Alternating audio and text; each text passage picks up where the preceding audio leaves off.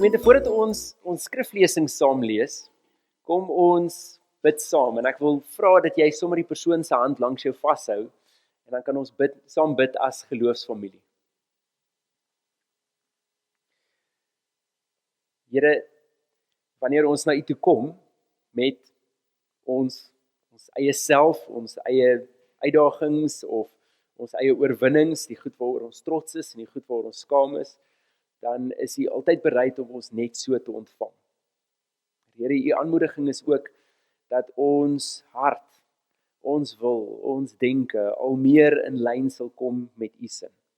En so vra ons vanoggend dat die woorde wat ons lees nie net oor ons sal spoel nie, dat dit nie net verby ons sal gaan nie, maar dat dit regtig U lewe vir ons sal inhou. Mag hierdie woord in ons harte wortel skiet. Mag dit vrug dra in ons lewens en mag dit die impak en die verskil hê in ons lewens en ook in die lewens rondom ons wat U daarvoor bestem het.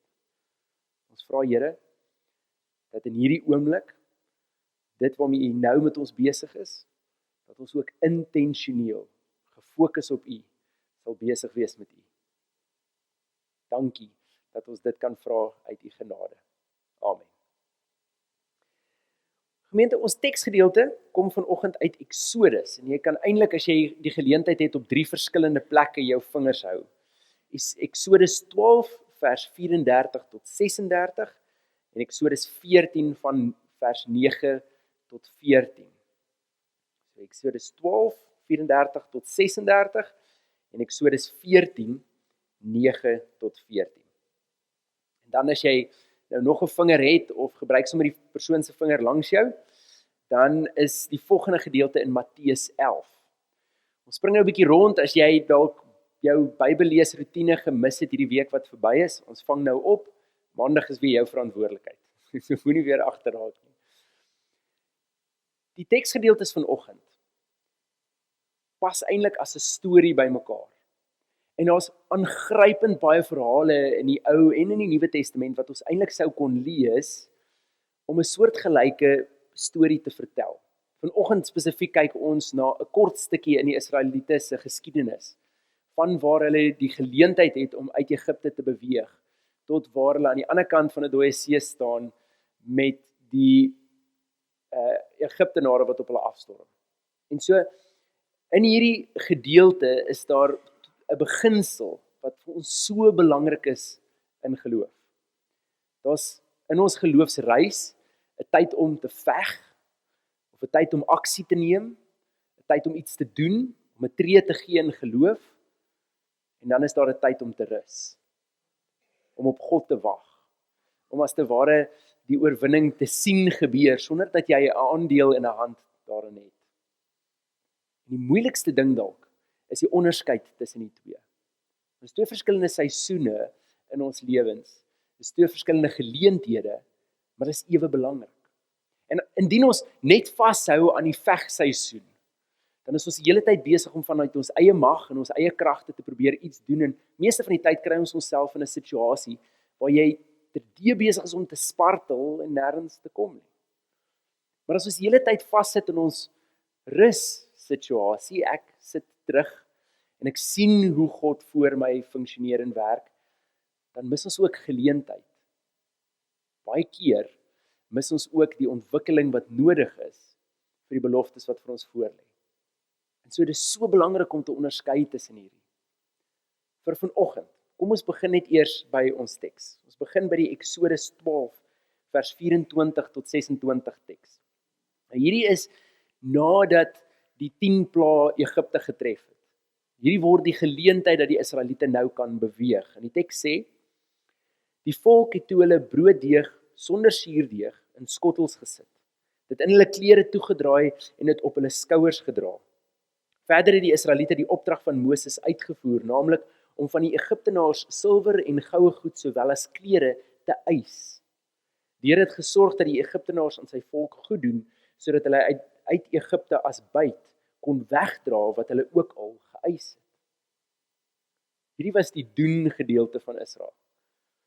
Hulle moes fisies oppak, hulle goed bymekaar kry, daar was reëls rondom hoe hierdie ding moes funksioneer, en dan meer as dit, in plaas dat die Israeliete net eenvoudig wag dat die Egiptenaars juis hierdie byt vir hulle oorhandig, moes hulle dit gaan eis.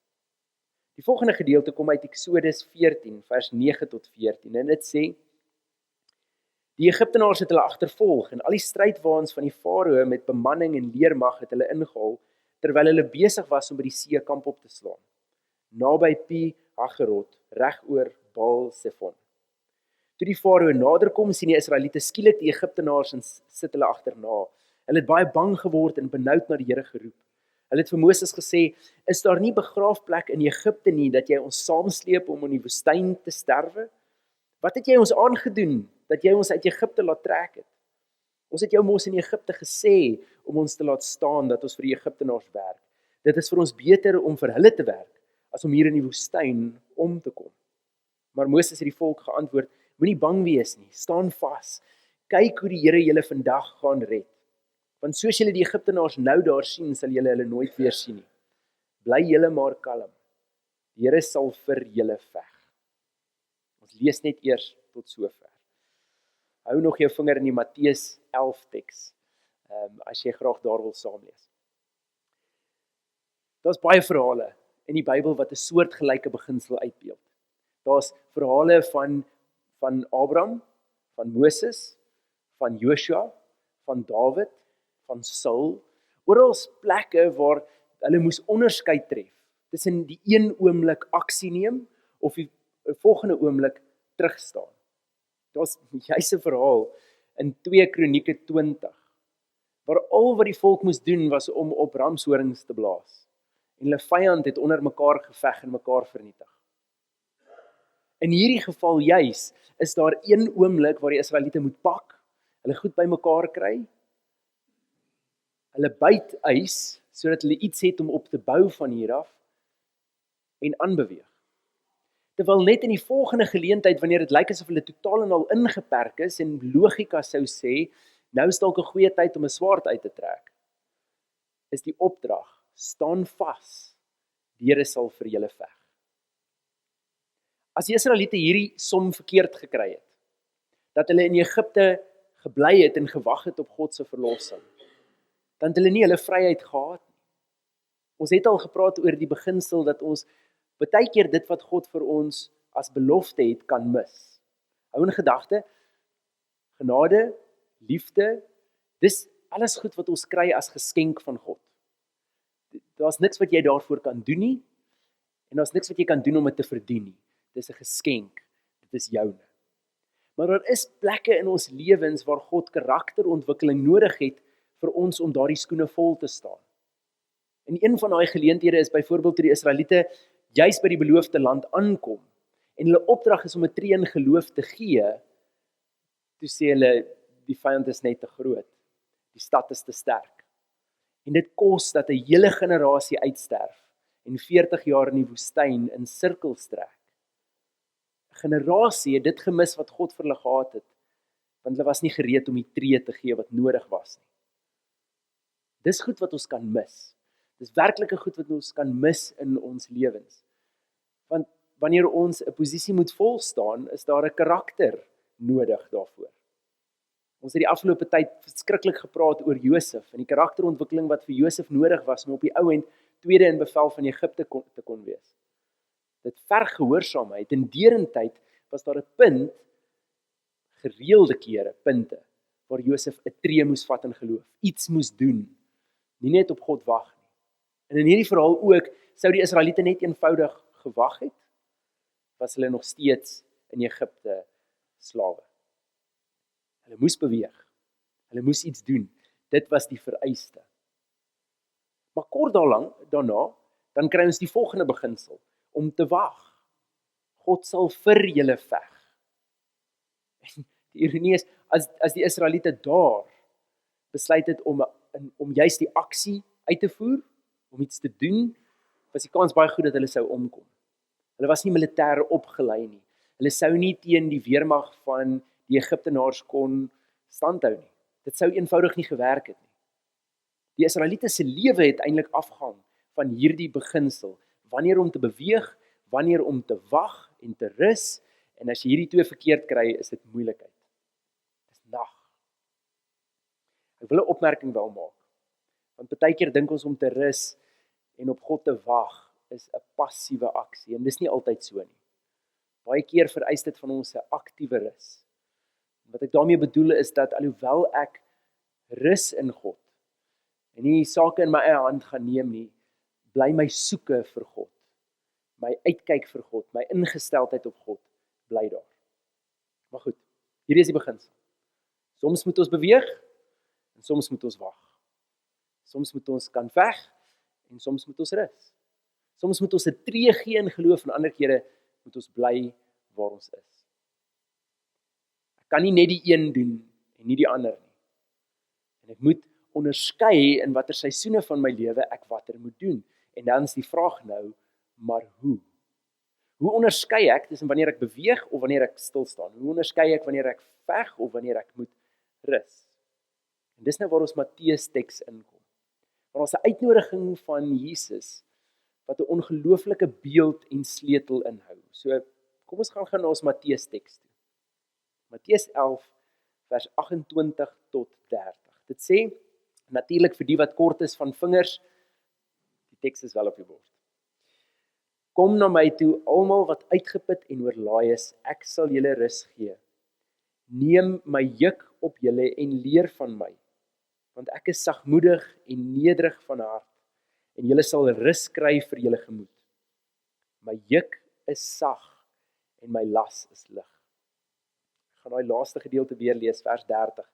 My juk is sag en my las is lig. Vir die wat nie weet hoe 'n juk lyk nie, hier's 'n prentjie. 'n Juk se doel is om tussen osse gespan te kry, sodat die gewig wat getrek word, verminder. Nou, 'n juk bind hierdie twee osse aan mekaar. En die beginsel hier agter is indien die osse in dieselfde rigting beweeg, is hierdie gewig baie ligter as wat jy sou verwag.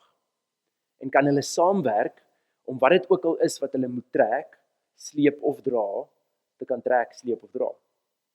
Maar indien hierdie osse in twee verskillende rigtings beweeg, dan kan jy sien dat dit 'n ongemaklike situasie gaan raak. Daai juk gaan skaaf en skuur op plekke wat nie noodwendig nodig is nie. Daar's ekstra krag wat moet ingaan om dan in verskillende rigtings te beweeg, buiten die feit dat dit nooit uitwerk nie. En dan skielik gaan die gewig op een of die volgende neerkom. 'n Juk is juis daar om hulle saam te bind. En die juk werk optimaal wanneer hulle saam beweeg. Een van die punte waar ons die maklikste kan onderskei tref tussen wat nodig is vir 'n seisoen is of ek seer kry. En ek gaan nou iets sê daaroor want dis nie noodwendig die breë term wat altyd bedoel word nie.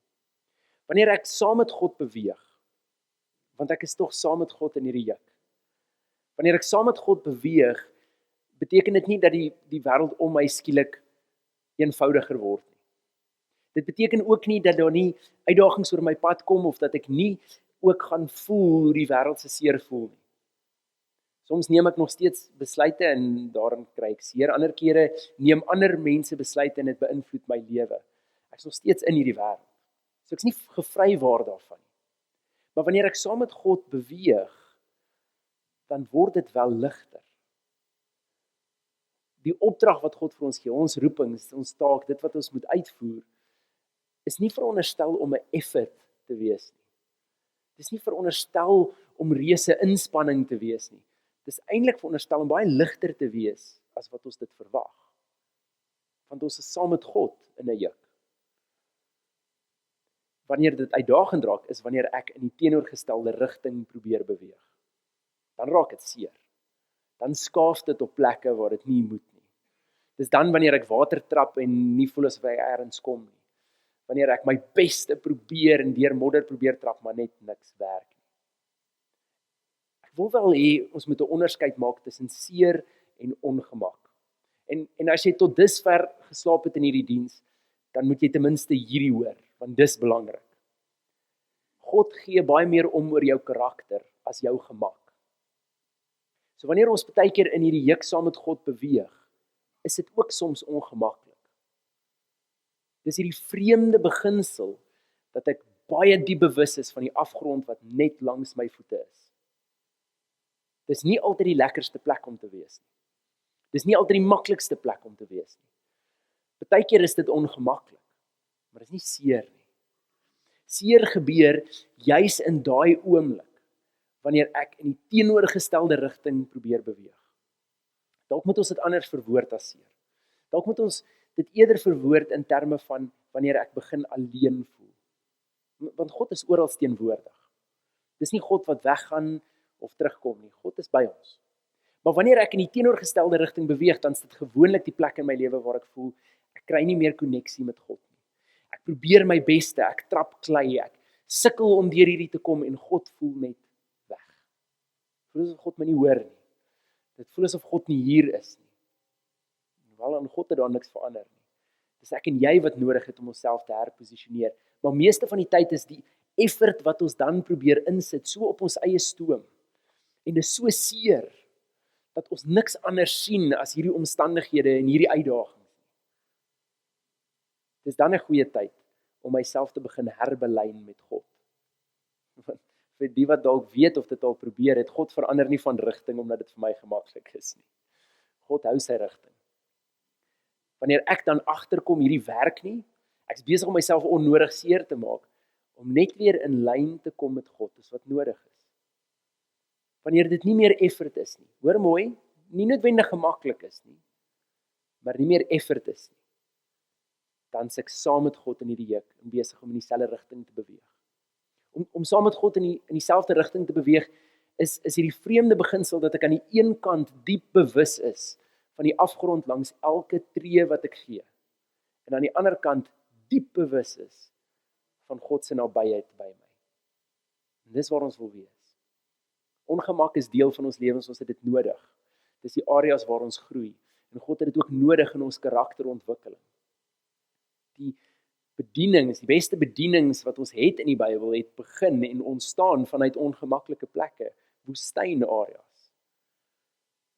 Jesus, Moses, en God was nooit nie teenwoordig daar nie, God was teenwoordig daar. Trouwens, dis ook waar hulle met God ontmoet het. Dit was net nie 'n gemaklike plek nie. En so moenie gemak verwar met om in lyn te wees met God nie. Om saam met God in dieselfde rigting te beweeg is baie keer ongemaklik, maar dis nie seer nie. Dis nie effort nie. Dis nie spartel en kom nêrens nie. Daar's 'n ander tipe vrede wat daarmee saamkom. En sien, wanneer ek saam met God in een rigting beweeg, dan word dit baie maklik om te begin onderskei tussen wanneer om te beweeg en wanneer om te wag. En die oomblik wanneer ek myself weer in 'n posisie kry waar ek wag, en ek wag, en ek wag, en ek wag, en God is net weg, dan is dit dalk tyd vir my om te begin beweeg. En wanneer ek beweeg, en ek spartel, en ek sukkel, dan is dit dalk tyd om te begin wag. Hierdie vra eintlik van ons, om fyn ingestel te raak op hoe ek my lewenspad loop. Is dit saam met God? Is ek besig om saam met God in 'n rigting te beweeg? Dalk vra dit van ons. En hierdie is nou maar net ek wat myself in 'n muur vasgeloop het hierdie afgelope ruk vir die seisoen waarin ek is en waarin Lisa is. Vir ons huishouding moes ons leer om weer in lyn te kom. Want ons het op 'n stadium gespartel en gespartel en gespartel, en ons is vas oortuig ons moet beweeg, totdat ons begin stil raak, en rus, en weer in lyn kom met God.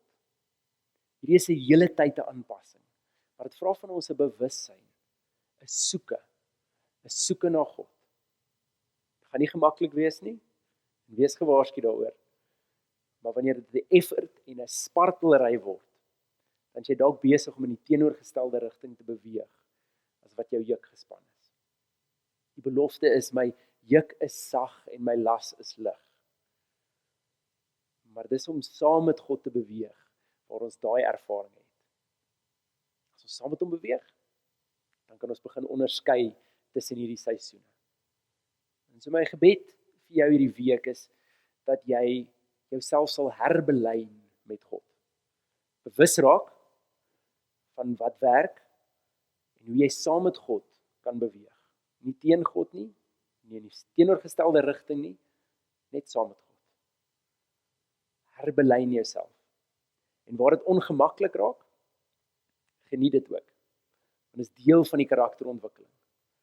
Maar wanneer dit begin spartel raak en seer raak, dan is dit dalk nodig om jouself weer her te belyn. Mag hierdie week vol wees van God. Vol wees van oomblikke waar jy kan leer om te rus of om te beweeg. Amen. Partykeer bid ons vir omstandighede wat ons graag wil hê moet weggaan of verdwyn. Ons bid vir seer of ongemak wat ons net nie kan verstaan waar God is nie. En dis nie noodwendig iets wat God gaan wegvat nie, dis iets wat ons mee met God moet herbelyn. En die beste wat ons kan doen, is om juist vir God se wysheid ook te vra, wanneer ons hom opsoek en sensitief raak vir sy teenwoordigheid. Gemeente, met dit in gedagte, mag die almagtige God, Jesus wat die voorbeeld was van die Vader se liefdevolle hart, en die Gees wat beloof om altyd met ons te wees, ons die wysheid gee vir elke tree, elke dag. Amen.